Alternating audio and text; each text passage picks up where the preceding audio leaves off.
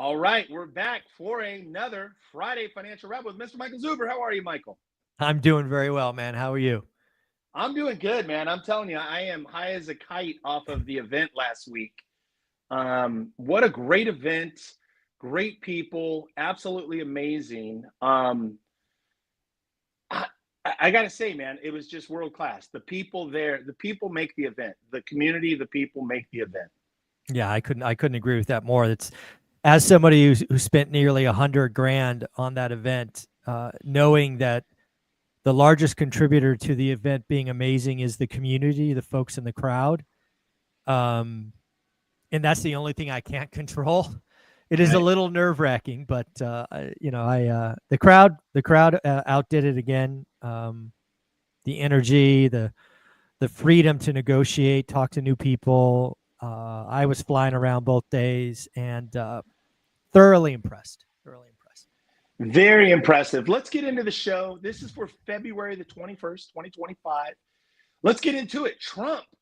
Man, Trump is on the move. Tariffs, DOGE, rebates. What is going on? What is going on? What is your take on all this? Well, I want to remind everyone what we said after the inauguration. It might have even been the week before. We kind of admitted that the first 90 days were going to be chaotic.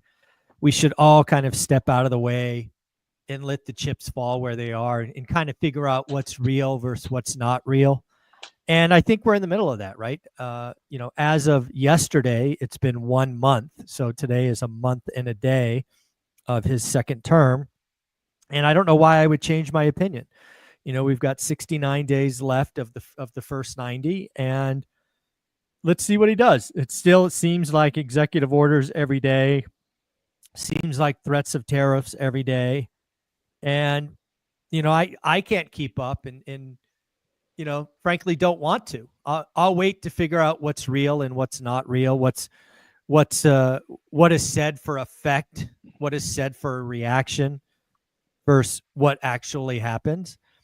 But it does seem like tariffs are going to start to cause businesses to react, and I think you are starting to see that in the earnings statement. Like, I think it was some automakers talked about it could raise the cost of a car. I think it was like 25 or $2,800. Home builders are saying that tariffs could impact a unit, $7,000 or something. So there are certainly some pain points coming down the pipeline, but again, nothing's in effect as far as I know. I think there's a lot of talk of stuff going into effect on April 2nd, but if anybody hasn't figured it out by now, that date can be moved in a heartbeat. So I don't know. It's the reality is it's chaotic. The media is losing their mind, the left, the right, and dude, we're only 31 days into it. If you get all riled up at everything he does, you're going to have a heart attack. So, just keep going straight, keep going forward, keep doing what you're doing. And, we'll come back in, April and see what's what. Yeah, it is interesting too for those of you, like, I read all of the Trump books, The Art of the Deal. And one of the things that's really clear, if you studied anything, that the way he does business, he loves to puff. He loves to literally, make these bold, outrageous statements, which we are living in right now. Mm-hmm. And then, of course, it's to, of course, try to soften up, or it's repositioning his negotiation. So it is interesting to see what's real and what's not, huh? Yeah. And, I don't think we should forget he's also one of the preeminent trolls, right? He can go after somebody. Like, I think he called, I think the first time he referred to Trudeau as what was it, governor or something? It's just like that hurts. That hurts. He is world class. He is world class. Yeah, he is world class. Let's keep going. I mean, we started to talk about the one rental at a time event, Vegas. What are some of your takeaways? I know I have some that I want to share. What were some of your top takeaways? First and foremost, I didn't think it was possible, but some of the small things that were wrong or could have been done better in year one were better in year two. So I actually stand back and thought year two was better than year one, which was I think I wasn't sure we could do that, and I think we did. I've got just a couple of little things to make year 3 better than year 2 that I'm already working on. I went back to the Blind Center yesterday to kind of talk with Melinda to see if there's a couple of things we could tweak about the layout to make even year 3 better. I took some risks this year, bringing in some non-real estate content. I felt at my core it was the right thing to do, but it was still a risk, right? I brought in Fred Liedbetter to talk about mindset and really controlling who you are. And then I brought in my doctor to talk about what my journey and health this year, which I thought was very important. Those were both big hits. I brought in a lot of new faces, which again, sometimes you're not sure if they're going to hit or miss. And the feedback has been amazing. The hardest thing for me is to juggle showing love to everybody that shows up every week, like yourself, and introducing new faces and new names. So it's not just the same, 19 people that speak. That it was pretty wild. So I'm happy with it. I was, again, incredibly impressed with the community, the level of graciousness, the way that people shared, the way that, I rolled in a little bit later on Saturday, and, I started talking with people, and, my cup was filled. I mean, people were pouring into me, sharing what they were up to. And of course, they were asking me for questions and things like that. But I had people, filling my cup, and telling me about what they're up to and sharing. And there was never a dull moment. Everybody in there had something that they were doing uniquely, or a story, or something that was inspirational. Your doctor, by the way, was incredible. Oh, absolutely. That was a surprise. I didn't know that he was going to be there. Yeah. And that really helped me on my journey as well. So, wow, what a great event, man. Yeah, the other thing I don't know that a lot of people saw, it's now public, but I also invited and gave a free VIP ticket to Business Insider, Kathleen Elkins, I think her last name is. And she just came for the Saturday, but she just wrote a nice Business Insider article about the event, talking about her experience. So if you guys have Business Insider, it's there. If you're in school, I posted a link to it in school. But it was very nice of her to do that. Again, it's funny. I only saw Kathleen for like 15 seconds on day one, and she was out and about networking, talking to people, and yeah, she was very complimentary about the audience. So that was cool. Very cool. I'll have to look at that in Business Insider. That's very legit. I love that. That's awesome, man. Let's keep going. Let's talk about Bigger Pockets CEO. What happened? Who is he? What's the story there? Yeah, so Scott Trench, somebody I've been building a relationship with over the last 6 or 9 months. He and I finally synced our schedules, and we had a conversation. It published yesterday. And, I told him right up front that I wanted to talk about Bigger Pockets, my perceived Bigger Pockets pivot. You heard me create videos on this 6 or 9 months ago, and he acknowledged it. And he was very forthcoming, and, a wonderful person to speak with. I think Scott's got a wonderful head on his shoulders. We are scheduled to speak again on Monday, which is pretty awesome. So he valued that, obviously. But he has a particular distaste for syndicators, which is a passion of mine as well. I've been blowing him up for a while. So he and I really are hard on the big name syndicators who are crushing people today. He talked about a couple of his syndications that he's in as an LP, likely going to zero, or very much likely going to zero. So, at the very end of the episode, you can hear him talk about, what they're trying to do there. So I think it's really cool that the CEO of the most influential real estate platform on the planet said yes to come on my channel, have an hour discussion, and agreed to come back, next week. So, Scott, thank you for that. Keep doing what you're doing. I love the pivot, and enjoy the conversation. He went into some details I wasn't sure he would. So good on him. Strong. I'll have to go back and watch that interview. That's awesome, and you'll have him on next week. Mm-hmm. Very, very cool. Let's keep going. Let's talk about existing home sales. That was the big number of the week. Again, if I had my swing and a miss shirt, I'd be wearing it. I thought it would come in below 4 million. It did come down, but not quite below 4 million. For the record, last month was 4.24 million.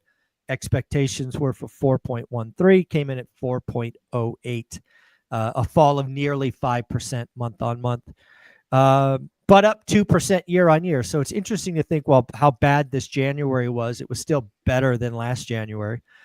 The other thing to say is while transactions are still crashing, we got that right down 5%.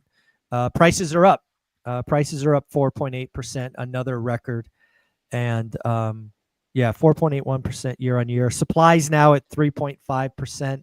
First-time home buyers only made up 28% of the market, which sucks. It just shows you the housing market's broken. And that should be a lot closer to 40%. Wow. So again, the housing market's just busted. It's still broken. It will probably be broken for a while, but here we are. Let me ask you, and I don't see it in the show notes, but your thoughts about, well, actually, that's the Fed speak. Talk about Fed speak this week, and then I'm going to ask you about 30-year mortgages. Yeah. So Fed speak this week has been, so we got a lot. So we got a lot of Fed speeches, and we also got what's called the Fed minutes, which are released 6 weeks after the Fed meeting and rate decisions. And the net of all of it is the Fed is going to take a wait and see attitude. Okay. The Fed knows that there are, the best thing to say is inflation risk skews to the upside. Okay. Right. Tariffs, this, that, the other thing. But again, they're very much, we're not going to guess. We're not going to guess what this administration does. When it's real, it's real. They're not going to watch the headlines and, be all over the place, which I think is the right thing to do, because otherwise you would just go bananas. You couldn't keep up. But yeah, again, the Fed's basically like, certainly no rate cuts through the summer unless something really breaks. Certainly no rate cut in March. I can't imagine a rate cut in March at this point. But so the Fed's basically saying we're going to wait and see. We're going to wait and see. Okay. I mean, it makes sense, right? It's just an uncertain, weird time, a lot of transition, a lot of unique factors. We're not through the woods, something you and I have always said. Inflation's not gone away yet. Still a lot of possibilities. Let me ask you, how do you think for the 30-year mortgage this week, what did you see this week? And then just kind of how do you think with the Fed speak and where we're at with existing home sales, and how do you see the 30-year or the 10-year bond playing out? Oh, this is going to get a little nuanced, but I'll give it my best shot. So I think we're going to end the week below 7%, slightly, something like 6.96, 6.95, 4, something like that in there. So below 7, though. Again, I'm the guy who called 7 average for the year. So any days below 7 doesn't make me look good, but I think we'll end the week below 7. But again, the risk is to the upside. But again, the thing that we got to remember is we still have the spread that is historically large. I think the last time I saw it, it was 265. It should be 180. So there's 85 or 75 basis points of spread. And I had a very interesting conversation with Convoy Home Loans yesterday. So Convoy Home Loans, now this is important because Convoy Home Loans, and I don't know when the video comes out. It's today or tomorrow. It might have been yesterday. Anyways, Convoy Home Loans. They talked about a DSCR loan, 30-year fixed DSCR loan at 5.875. Now, it has lots of caveats, 35% down, 740 credit score, 5-year prepay. So it's got all of these little hangers on it. But still, that's about 100 basis points below conventional. So that's kind of wild. Right. Now, again, I've been in the game a while, as is Dustin, who I was speaking with yesterday. And really what we came to an agreement, and you saw it in the video, was this particular fund, Wall Street fund, has a set of capital that they have to deploy. Right. And there's not enough transactions, but they have to deploy it. So what they're going to go out and do is compete. And they're going to set a floor. And they're going to soak up all of that money until their money's gone. Dustin was estimating that, it might take 3 weeks, 4 weeks, 5 weeks, right? So there's a short window for this. So now what does that mean for most folks, conventional? I suspect if transactions stay at floor levels, that you're going to see more and more banks compete. And even if the Fed does nothing, that spread is just could see very slow compression. Yeah. And we might, I flat out might be wrong for the year on rates, but that's what I'll be watching in March. It 100%. Very, very interesting. I like the nuance and the detail of it. And this was something we talked about last week or 2 weeks ago, where we said, hey, maybe Barry Habib, when he was calling a 5-shot, something with a 5 handle, that maybe it was because at an executive level that in fact they're competing, and we see tremendous margin compression on originators, on basically mortgage banks. Is that no? I think you called it out last week. You identified that, and you're absolutely right. I haven't spoken with Barry, but yeah, his call at the time to me seemed wild and crazy. Yeah. But when you step back and you look at it and you just play the full game, you could see an environment where transactions are depressed and banks compete, and the only thing they have to compete with is rates. So he could be right. He absolutely could be right. Yeah. I think your call, I'm with you. And let me just say that I think when you look at the average and the way that the market is going to bounce around, because again, I think this is a year of uncertainty. You're going to see things bounce around up and down, and who knows, man, this Trump administration, right? It's a wild ride. So hopefully people have their seatbelt on. For sure. Talk about opportunity. Can you finish with some opportunity and just finish on that? Yeah. Again, there's no reason to believe, if you're an investor, that anything has changed. We are seeing inventory build. We are seeing price cuts rise. It is becoming easier and easier to identify motivated sellers versus wants to sells. And we're seeing more and more people every week in our community write disrespectful offers, get counters, and put deals together. Yeah. I see no reason that changes, certainly through the summer. And it could be all year. I mean, this could be a potentially pretty long buyer's market, certainly through the summer. Now, again, it's not all of the country. I actually talked with Scott, the CEO of Bigger Pockets, off air about the Northeast, right? The Northeast is still white hot, still crazy, right? Chicago, still white hot. So certainly not the entire country, but it's a majority of the country. But just be focused, do the work, write the offers, know where your numbers work. This is where the good investors, you could theoretically create a deal of a lifetime. Yeah. If you do the work and follow up and creative financing in 50, 40, 10s. And there's just so many levers you can pull in an environment that's slow. Right. Yeah. In an environment we saw 3 years ago, it's like cash and speed. You can't really be creative in a cash and speed environment. But in an environment that's slow like this, you have a lot more levers and knobs and buttons you could pull and play with to do amazing deals. So I would just tell people to be encouraged and keep grinding. I love it, Michael. Thank you for all the work that you do, brother. Anything else that you want to share? No, I think that's it, guys. Just keep doing the work. Like, subscribe, comment, and we'll talk next week. I love it. Have a great weekend, brother. Thank you so much. Mm-hmm.